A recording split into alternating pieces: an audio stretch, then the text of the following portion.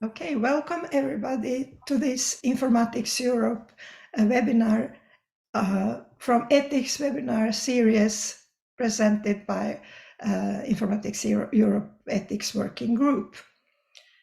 So as you can see on the first slide, the Informatics Europe is a network that is European voice of informatics research and education. And you can also see on the slide information about the group. It's a non-profit membership association. It started in 2005 as a department heads and deans gathering, and it has been growing with time enormously. So we focus on representing public and private research community on informatics in Europe and neighboring countries. And informatics is the preferred term in Europe, which corresponds to computing or computer science in some other parts of the world. So they are equivalent. We focus on top-level international dialogues on strategic, managerial, and policy issues related to education, research, and social impacts of informatics. Our members are institutions such as departments, institutes, faculties, research labs, and companies. Membership extends to all faculty of one institution and all researchers of the lab. And you can see on the map how many members we have throughout Europe, and full member list can be found at our webpage. So a lot of information can be found under this link of informaticseurope.org. So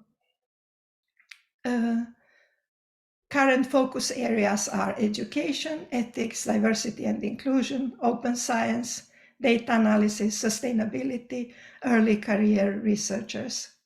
And you see which groups of people are involved, like Jane, which is a gender organization for informatics in Europe, Inclusion for EU, DIGHUM, which is digital humanism, and many others. So they are important and contemporary. Okay. Do you see what I'm seeing? Now I jump to the web page. Okay. Do you see my presentation? Yes, we see it. So you can see the long-term goals are to create a sustainable European community of practice in informatics ethics. And this is specifically about our ethics working group. Our chair is Dimpna, who is here in the seminar, Dimpna O'Sullivan from TU Dublin in Ireland, and I am a secretary, Gordana Dodik-Senkovic from Chalmers University of Technology and Mälardalen University in Sweden. We have short-term objectives like better understanding of the European landscape with relation to teaching practice and so on and so forth. You can read all those short-term objectives and long-term goals that we have in our working group. So in order to give more place to our speaker today, I will not read all those topics, but you are very welcome to join us if you are interested in working within working ethics working group. And what I want to point out is that we are going to have a meeting, a conference, ECSS 2023 in Edinburgh, 23rd to 25th October. And it is really a very nice opportunity for people from informatics all over Europe to meet and exchange experiences in different fields, both when it comes to teaching and early research career and research and so on, and policy, of course. And here are the resources and the international visibility. So all of those things are available on the web, and also on media. You have Twitter and LinkedIn and YouTube channel. And now we are ready to start our first seminar, ethics webinar, which will be given by Karl de Fine Licht from Chalmers University of Technology, and the title is Integrating Large Language Models into Higher Education, Guidelines for Effective Implementation.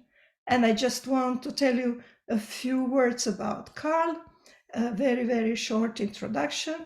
He is an associate professor at Chalmers University of Technology, and he is specialized in ethics. He has a background in philosophy and a lot of work in ethics, education, and so on. So he is very, very well-informed person when it comes to those topics that he is talking about today. So I'm very much looking forward to hear Karl's talk. Please, Karl, the floor is yours. Thank you, Gordana. Thank you for the invite, and thank you for the kind words. Hopefully, I will bring some expertise when it comes to this. So, as Gordana said, my name is Karl de Fine Licht. Nice pronunciation of my name. It's very difficult, but we have known each other for some time now. I've been, I do a lot of different sort of research, which Gordana said. One area of interest is AI, and there I've been focusing on AI in public decision-making mostly. So I've looked into how different sort of authorities utilize AI tools in their work and so on. But I'm also a pedagogical leader here at Chalmers, which means that I'm a part of the faculty that works with education for some or 30% of my time. So in that capacity, I try to develop different sort of pedagogical approaches and evaluate pedagogical approaches and so on.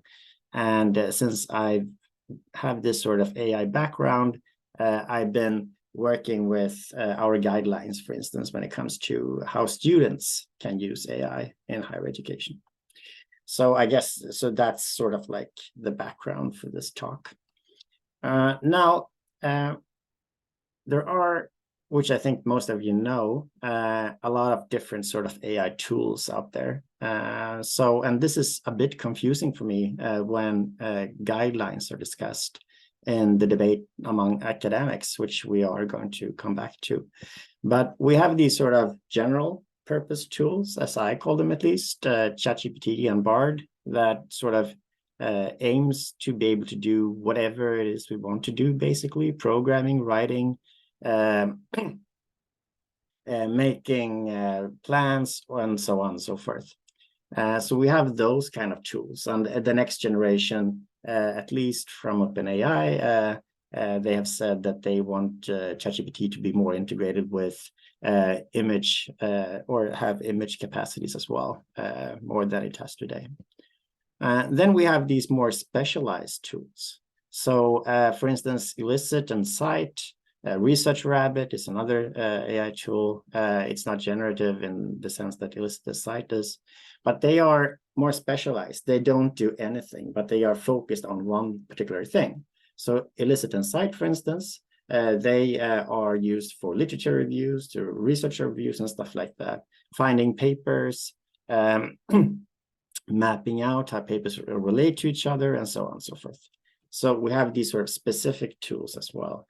And for everyone here, I guess that you are very familiar with GitHub's Copilot. So there are programming tools as well, which in this case, I mean, at least my friends who are computer scientists and who are working in the industry use GitHub quite a lot when they do, as they call, humdrum coding. It fills in whatever it is you are about to do and gives suggestions on what to do and so on and so forth. So it can be very helpful, but it's just for programming. So it's specialized as well. And then we have these sort of image producing tools as well as Midjourney, Dolly 2, or what have you. So the picture here, for instance, the young girl with the shark is a Midjourney product. So the young girl doesn't exist, the shark doesn't exist. They are just generated by millions and millions of pictures of young girls and sharks. So so we have these sort of very general tools, generalized tools, ChatGPT and stuff, and the very much specialized tools. We can also talk about Grammarly or Word. If you have seen Outlook and Word, they have started to integrate sort of GitHub's Copilot's thing by filling in words before you write them. So in the latest versions, when you sit and write, you get suggestions on what word that will come next. And then you can enter tab if that is correct, or just keep on writing. That is the way they try to use these sort of tools in order to make people be able to write quicker, basically, and more correctly. So this debate is starting to become more relaxed now and nuanced now. But for the first, since AI or OpenAI released their ChatGPT tool, I mean, those were around long before that. But then sort of most people started to understand that these tools were out there and that they might be relevant for higher education. And very quickly, there was sort of two different sort of sides formed and debated what to do in relation to what the students could do with these AI tools. So we have what I have called AI optimists, who are sort of eager into implementing these tools into higher education and want to be very proactive. And that has to do with, for instance, that they say that it improves learning. So in this case, we have a robot that helps the young kid here with something. So the idea is that you can individualize learning. So you can get sort of a teaching assistant that helps you, or a professor that helps you as a student, for instance. And then you can get further and quicker and deeper in your learning when it comes to these sort of things. So that's just one example. Grammarly, when it comes to writing, gives you suggestions on grammar issues and style issues that you might have in your text, but it also gives you reasons for why you might want to write in a different way often. The same is true with many of these other tools. So it's sort of like the idea is that if you get these sort of this help, then your learning will actually improve. And many people say also that you need to, or these optimists, you need to use these tools in order to be prepared for future life work. And but also, I mean, in different sort of ways, you need to learn the tools, you need to be able to work with them in a smooth and reliable way, but you also need sort of like the depth of knowledge that you will only get with using these tools. Otherwise, you will be very far off from your competitors in the labor market after you graduate. And AI optimists also said that this is actually a good thing that we have these tools now, because before students from, for instance, privileged backgrounds or students with parent or friends or what have you, who know a lot about the topic you're studying, that they had an unfair advantage. So some students have a professor at home that they can ask about different sort of questions they might have, while others perhaps don't have parents that are engaged at all with what they're doing. Some students are very social and have an easy time to getting a big network, and thereby having a lot of people and friends that they can rely on and ask for stuff. while other students are more loners and have trouble with those kind of things. And what is been argued here is that, okay, if you get these sort of individualized tools, then everyone will have a professor at home, as it were, or a friend that can proofread your paper or look through your code one more time.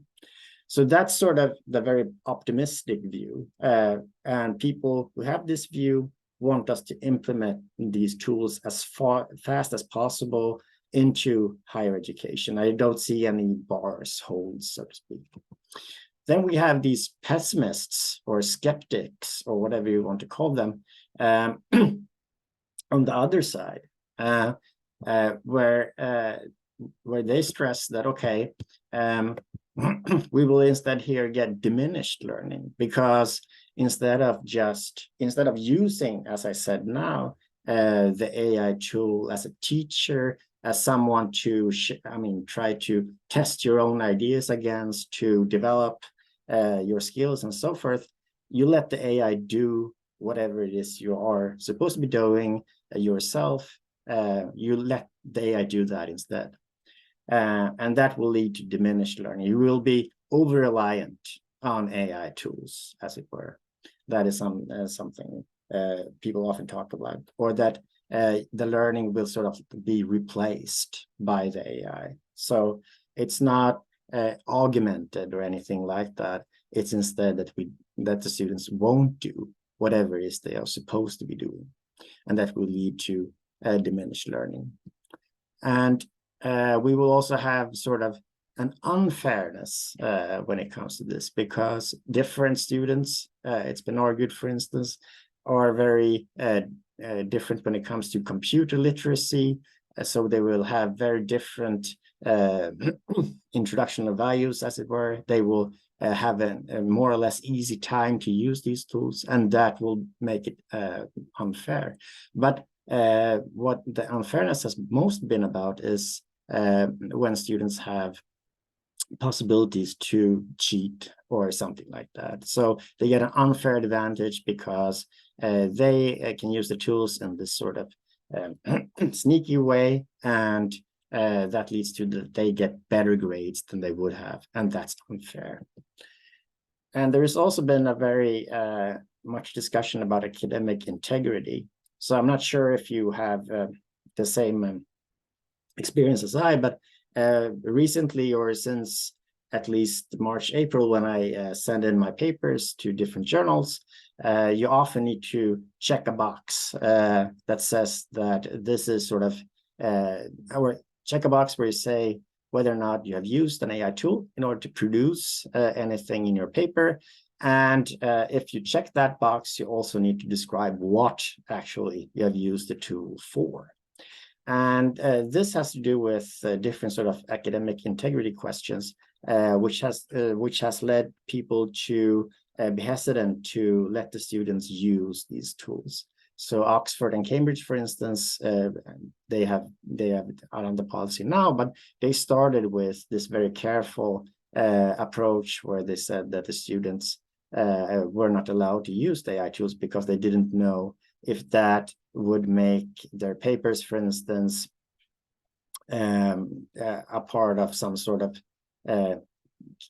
scam, that they wouldn't be accepted as their own research. So that is something people on this sort of pessimistic or skeptic side has been discussing quite a lot, and voiced that sort of concern.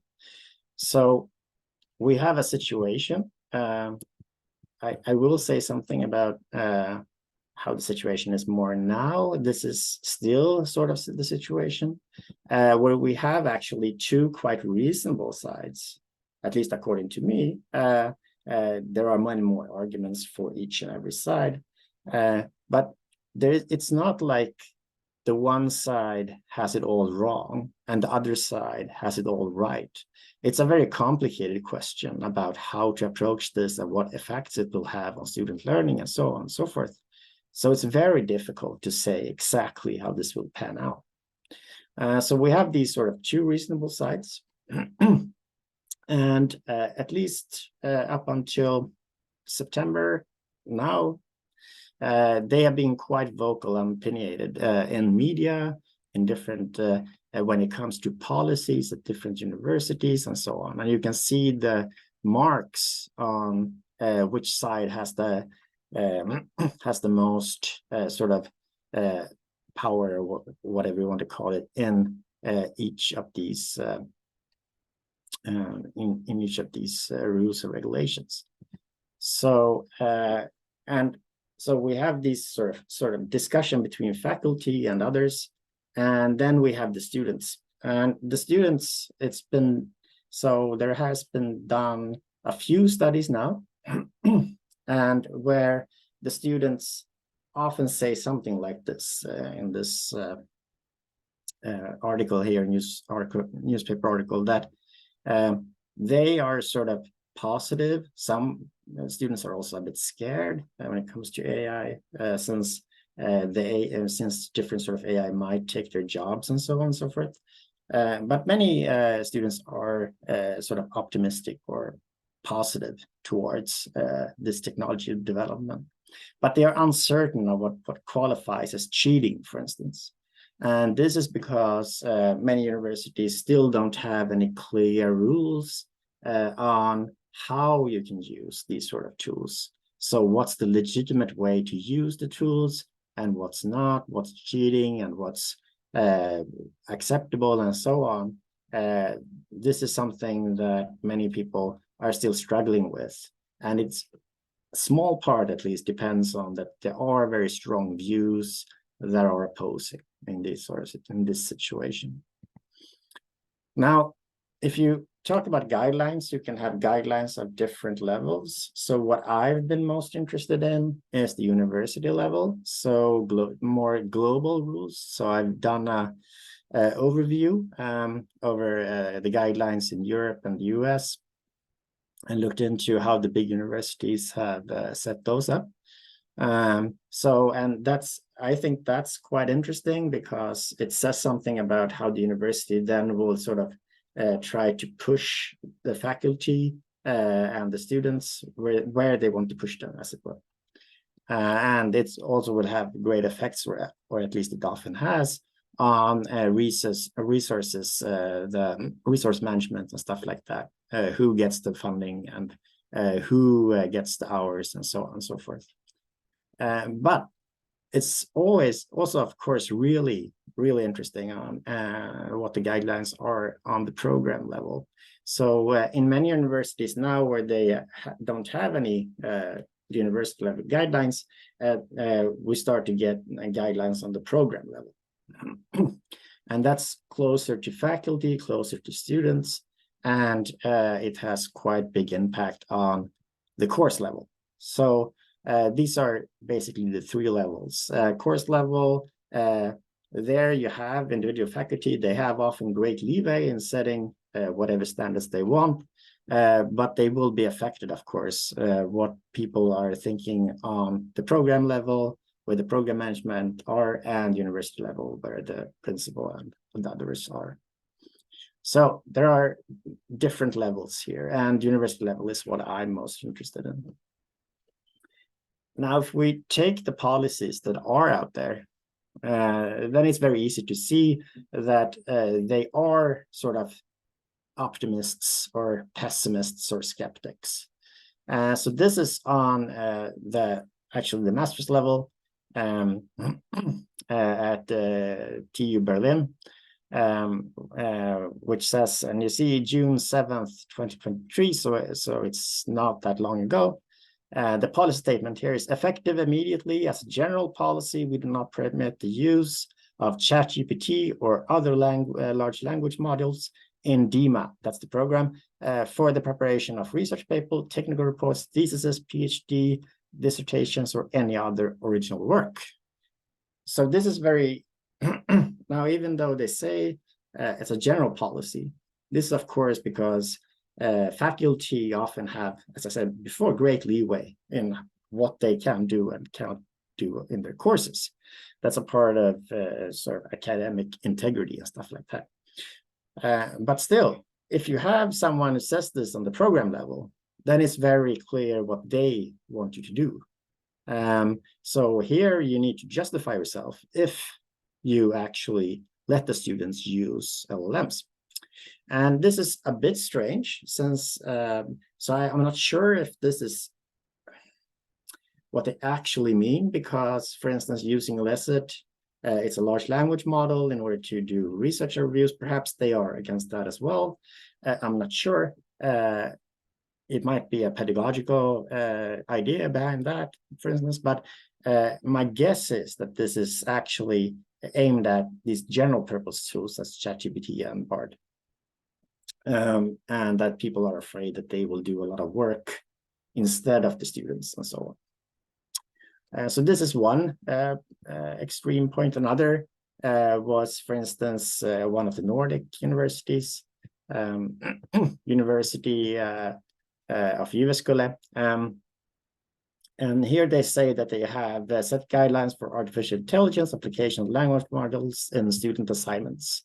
The policy is generally permissive because the intent is to teach the students to use emerging technology correctly and responsibly. So this is not that they force the teachers. That would be the opposite to TU Berlin, to say that you always need to use these AI tools every time you can. But if you have this sort of policy where you say, well, students should actually use these in different sort of master thesis work and I guess bachelor thesis work and stuff like that, then the whole program becomes sort of incentivized to, the faculty get incentivized to learn about LLMs and also to use it in the teaching and try to develop different sort of teaching methods. So this is sort of where the optimists have taken charge. And then we have this form of middle ground here, where you have, which was it? That was 2D. Where they have, where they say sort of that, okay, we have these examinations in the classroom. Students cannot access the internet there, so we don't need to think about that, basically. And then they said, okay, but in other situations, if students work on assignments outside an exam hall and without invigilators, the use of AI tool cannot be prevented. And then you could say, as TU Berlin said, that, but we ban it. So even though we cannot control it, it's still banned, right? So that could be a situation. But instead, they say here that you should work sort of proactively, discover possibilities and limitations and discuss them with the students, discuss with students how to use safe AI tools and plugins, attribute correctly, make the students feel confident, and so on. So this is sort of the middle way. So they don't say that it's really good that we have these AI tools. They just say we cannot stop it, so we'll do sort of like whatever we can do in order to make the situation as good as possible. So these are sort of like how we can see the different positions showing up in guidelines, in concrete guidelines. Now, what I'm interested in, or been interested in part when it comes to this, is something that is called perceived legitimacy. And legitimacy, it has to do with the right to exercise authority or power. So perceived legitimacy is just the perceptions of that whoever took a decision about a policy actually had the right to do that. And they had the right to enforce that. And when you believe that, you tend to follow rules, even if you don't if you don't agree with the rules, right? So if you think that sort of you're an optimist, you think that AI tools is the best thing that ever happens to higher education, and you perceive those who take responsibility or sort of work out the guidelines, you think that they are a legitimate body in the university, and they come up with a very negative guideline, then you would accept that, and vice versa, of course. So, and this is important, I think, because faculty has very large leeway often. So we can often actually decide what we want to focus on and what we want to teach and not teach and so on and so forth. So if someone tries to force me, for instance, to do this or that, I might just disregard them. Or I might be sneaky and sort of on paper say that I do whatever it is they want you to do, and then I just don't care about it. So for instance, I might say sort of like, I might not say anything to students about how they can use the AI tools in take-home assignments, even though there is a guideline that says that they cannot use them in take-home assignments. So I could be sneaky in that way, and so on and so forth. So it's important to have faculty on board, so to speak. And that doesn't mean that they need to agree. They just need to agree that whoever is taking the decisions have the right to do so. It's important when it comes to students as well, because we need to have new motivated students, and we don't want them to cheat. So, and both of these things are much easier to get if you have guidelines that they at least where they at least accept the authority from where they came. And in both of these camps, we have positivists people are pessimists and optimists. So there's not any sort of single-handedly easy solution here. So the problem is we have these sort of powerful, or at least sometimes powerful, tools student use in higher education. What should we think about that? And there are different views on this.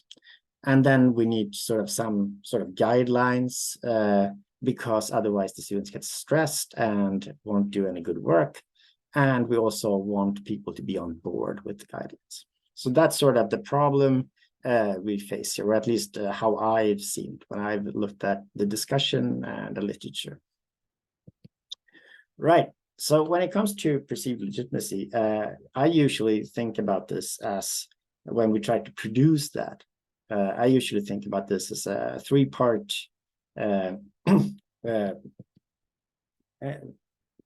three-part flow, as it were. So we have three phases: a preparation phase, a decision and justification phase, and then we have an implementation phase. And the last phase is something we often forget when we think about these issues, but also the middle one, I should say, or I would say.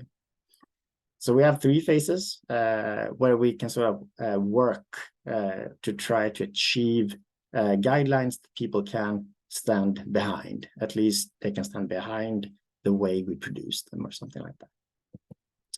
Right. So in the preparation phase, both in public policy and in the university system, people often talk about transparency, and that's supposed to solve our problems. And I do agree that this is a part of the solution. The problem is that it has been done a lot of research during the last 30 years, especially in political science and public administration. And it's been very hard to find very strong, robust and significant effects on perceived legitimacy when it comes to transparency and process. And that has to do with a lot of different things, but you need to be very sort of, you need to think about how to actually do this in order to achieve those goals. One thing is that you can do is try to include stakeholders or representatives from all over the system. And here, actually, faculty and students both. And this is a challenge. And perhaps also other personnel. It depends on what sort of the rules are and who they are relate to. And one reason for why this might lead to higher perceived legitimacy is that it actually leads to higher quality decisions. And that has to do with that you collect sort of data from a lot of different sort of sources, and that makes the decision better, more well-grounded. Another thing is that people are actually involved, of course, and that can be a good thing, but it's absolutely not always so. So when thinking about how to do this, for instance, when it comes to holding workshops and stuff like that, that's quite a common thing you do when you try to produce new guidelines and so on and so forth at universities. These needs to be really strict, I should say. So you cannot just sit around the table, students, professors, and hope that this will be a good and productive discussion. So yeah, you need to work quite a lot. So for instance, equality of discussion. So just because someone is professor, it doesn't mean that their view weighs more heavily than someone is a student. And that's difficult to accept, perhaps. But it's not to say that that you don't need to justify yourself. I'm going to come to that. Reciprocity, that you give and take in a discussion, that you don't just talk and then listen in silence and are not sort of like trying to engage with others. Reason, justification. So if you are a professor and you actually do quite know quite a lot of stuff about the topic you're discussing, then you should try to justify that for the others. And as you see here, these norms are basically norms that academics abide to. But it's very I shouldn't say it's very difficult, but I'd say it's a bit of a challenge to do this in this setting, because this is another setting than the research seminar. Reflections, you should be able to reflect on what you're talking about. Sincerity, so in these sort of situations, it's very easy to become a politician and not sort of try to actually achieve what you want to achieve by fair means, but you use sort of other skills in order to do that. And respect, of course, to respect other people in the room and not say stuff that might be insulting and so on. So there are more norms, but what I just want to say here is that you need to have very clear norms that actually leads to a productive discussion and a respectful discussion where everyone can contribute, or at least feel that they can contribute. And that's actually a challenge, as I said.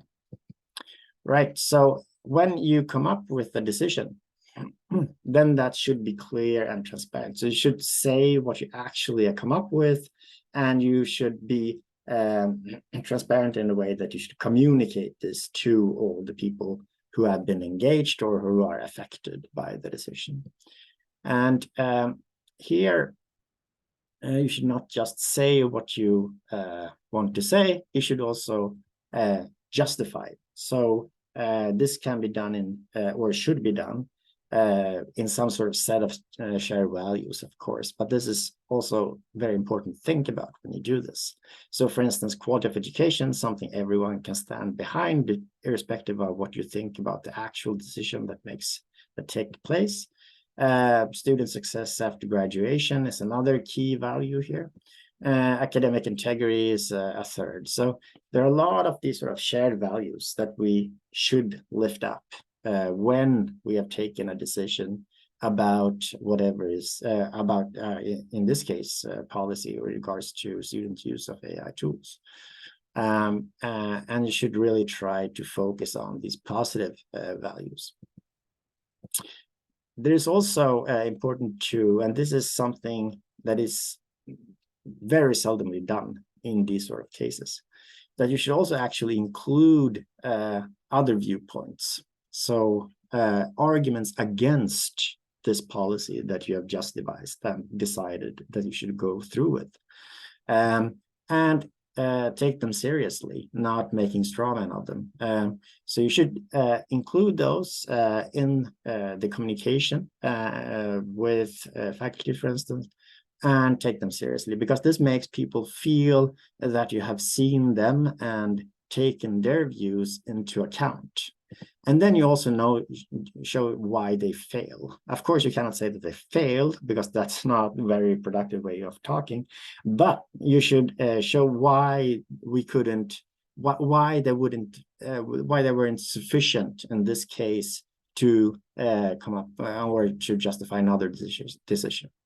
And these things are also quite hard, but this is something you really, really should do. And there is also a very hard focus, a focus right now, as you saw in Delft, for instance, to focus on the inevitability of sort of the AI takeover almost. But what you should try to do is to focus on the more positive sides, focus on, if you want to have sort of a positive guidelines, then focus on what the students will learn and how it will be productive and so on and so forth. To focus on external inevitable facts is something that leads to less perceived legitimacy often.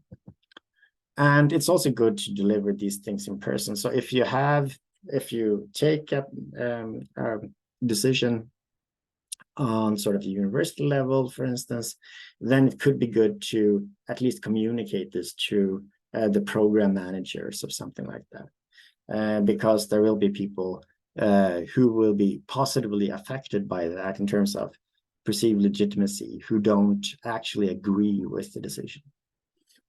But then they might be able to think by themselves, at least, that this was at least done in a reasonable way, and that they will follow what the guidelines are. Now, the implementation process is also something we should think a lot about. And this is something which is very seldomly done, to think about, okay, so say that we had, it's not clear that we will always have a huge debate about these sort of things. Perhaps everyone is sort of in the middle, or perhaps everyone is skeptic, or perhaps everyone is positive. Then we won't have any losers. But if we do, it's really good to give them something. That is a way, again, to show them that they are heard and that they are respected and members of faculty. It's just that in this particular case, there was another, we needed to do something else, basically. So here we can, for instance, so if we have a very positive guideline, we might give those who are more skeptics resources to, for instance, examine the effects of these new teaching methods with these tools, or that they can come up with new ways to examine students, or so on and so forth. So there are quite a lot of stuff you can do here, or responsibilities that they get, sort of the responsibilities to, as I said, for instance, evaluate if they want to these things and get the proper resources for it. But it's important to, whatever it is you want to do, to think about the implementation phase and think about how you can sort of accommodate for those who disagree with this, without it, of course, jeopardizing the decision you have just taken. Right, so this is a very, sweeping talk. I think it's what we all manage during the Friday afternoon or student night. But in conclusion, so policies for managing AI in higher education are essential, because students actually feel quite bad, and they get really stressed from having a situation where they don't know what's allowed and what's not allowed. Perceived legitimacy is quite important when it comes to these decisions, because we don't just want faculty and students to sort of recognize that there are rules and regulations in place, but we also want them to follow them and try to sort of make them become something real. And then we had these sort of 3 phases where it has to do with preparation, that you need to think about how we act towards each other, basically, the decision that we should try to be clear and precise and also justify ourselves, and implementation, that we try to cater for other needs, as it were, cater for those who might be right, but didn't sort of win out this time. So thank you for listening. Fun to talk about this.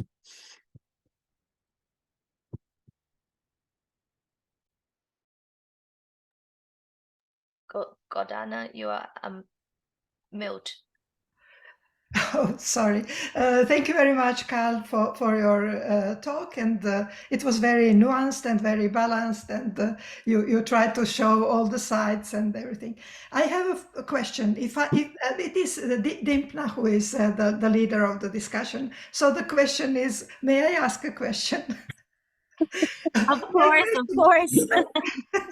I was thinking all the time, this is emerging technology. So it is changing from day to day. Now ChatGPT announced that you can talk to them, you can, it has many modalities, it is changing all the time. So what we are talking about?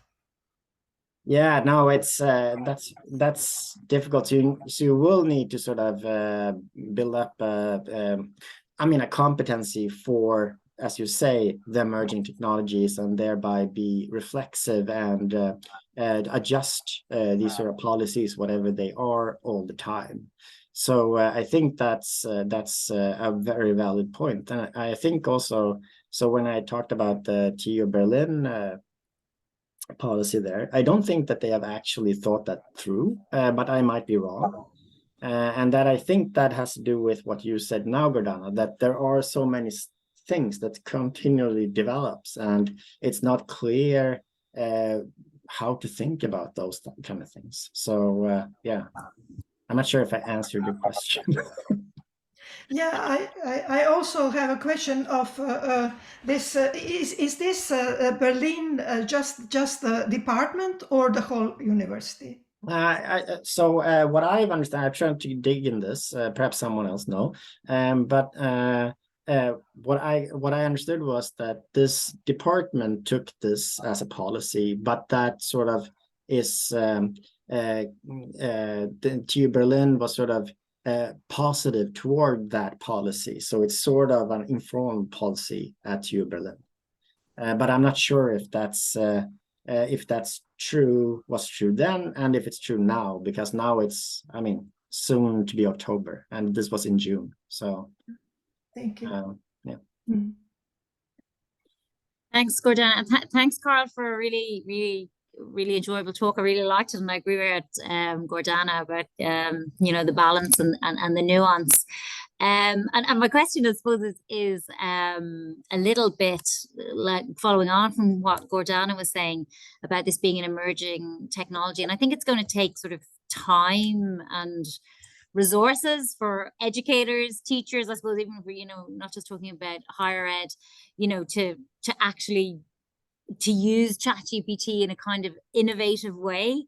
And I don't know, is there like a train the trainer or something there? Like, a lot of educators are already overworked, under-resourced and all the rest of it. So, how do we actually figure out how to use this in an innovative way and actually then bring that into practice? Is there another layer there, something, I guess? Yeah. No, it's really difficult. So I've been teaching teachers at Chalmers, but that just takes you this far, and it's sort of like, as you say, many people have very little time as it is, and now they are supposed to learn something new. But I think that we need to put resources on this now, and I think so. It first has to do with, as we talked about before, the student well-being, basically. But I also think that you actually, when I've been working with these, and other people have been working with these tools, you can also see that you can actually make up for some time that you put down on it, so you can get sort of quite a lot back if you know which tools to use for what and when, sort of. So that actually makes your teaching more effective and more varied, so the students might enjoy it more. For instance, I've been developing, and it might be deeper also, because I've been developing a lot of pedagogical extra materials now when I've had been using these tools, which I didn't have time to do before. And that has to do with quite a lot of, I mean, so it's what you are sort of into or talking about here. It still demands some skill. I mean, you need to know how to prompt, and also what the limits and are when it comes to these different tools. So it's difficult, but I don't have any good answer to your question. I think that was my answer, I think. No, that is a good answer. I suppose it's about incentivizing and showing, the educators what the benefits are and what are on the other side of it. We've been looking, actually, I see Nali is on the call here. She's one of our PhD students, and she ran a seminar yesterday on how, PhD students can use ChatGPT, to help them write their thesis, but in a non-plagiarizing way, how to actually, use it to simplify language and so on. So I think you're exactly right. It is those practical tools, those practical examples, and speaking about them, as opposed to, and citing it and saying you're using ChatGPT as opposed to kind of hiding away from it, and as a different type of tool. Yeah, and I can I can just take one example. So at Chalmers we have one unit that is sort of engaged with pedagogy in general. So they have writing unit and so on and so forth. So those are helping, of course. But then we also have people like me. Chalmers pay people for doing this sort of pedagogical leaderships for 3 years. So then you have people from faculty who helps other people from faculty. And that has been actually quite successful when it comes to gender ethics, and now to this, because if you are a part of faculty, then you are sort of closer to the faculty if you're not just an educator of other people, as it were. So I think that could be sort of also a thing to look into, but you need resources anyways. Yeah. Thank you. I'll sort of open the floor to the conversation or to questions if there are any others there on the call. Oh, Gordana, you're on mute there. So I have another example if nobody else has a question. So my example from teaching is I told the students in one class to send first they send their essays to me, and then they send them to ChatGPT to check their English. And I said, I spent hundreds of hours correcting English during my long career. Yeah. Please correct it yourself and send it to me. I would like to see what you are thinking, but please in correct English if possible. So that's one way. I completely agree with that, Gordana. Just so much time correcting English. That is exactly the kind of use case. That's exactly what the kind of thing ChatGPT should be doing, right? Another really great example we saw, it's not really just something I hadn't even thought about using it in this way, is as part of a project Gordana and I are working on, is the Inclusion for You project. And we do a lot of work with human participants, and we work with people with cognitive and physical disabilities. And actually to use ChatGPT to really simplify things like our consent forms and our information sheets, actually ask them, to write these in the language that, a 6-year-old, because that's the benchmark that's often used, a 6-year-old would understand. And it's just phenomenal. Like, I would never even have thought of doing that. And someone produced these really fantastic consent and participant information sheets that are just so clear, so understandable. So I think we're just sort of, but a lot of this is by chance, the kind of use cases we're discovering, but you know, it'd be great to kind of have a repository of these, right? Yeah, right. Yeah, I'm writing a report now actually where I tried to collect yeah, I mean, a lot of these kind of examples, and I mean, how to work with these tools as a teacher, but also how you can instruct students how to work with the tools, and what to think about in these sort of context from an ethical, but also from an educational perspective. So yeah, so I totally agree that that's needed, and yeah, so it's yeah, that's a good point. And yeah, I was thinking about something else, but I forgot it. On Friday. Do we have any more questions from the floor?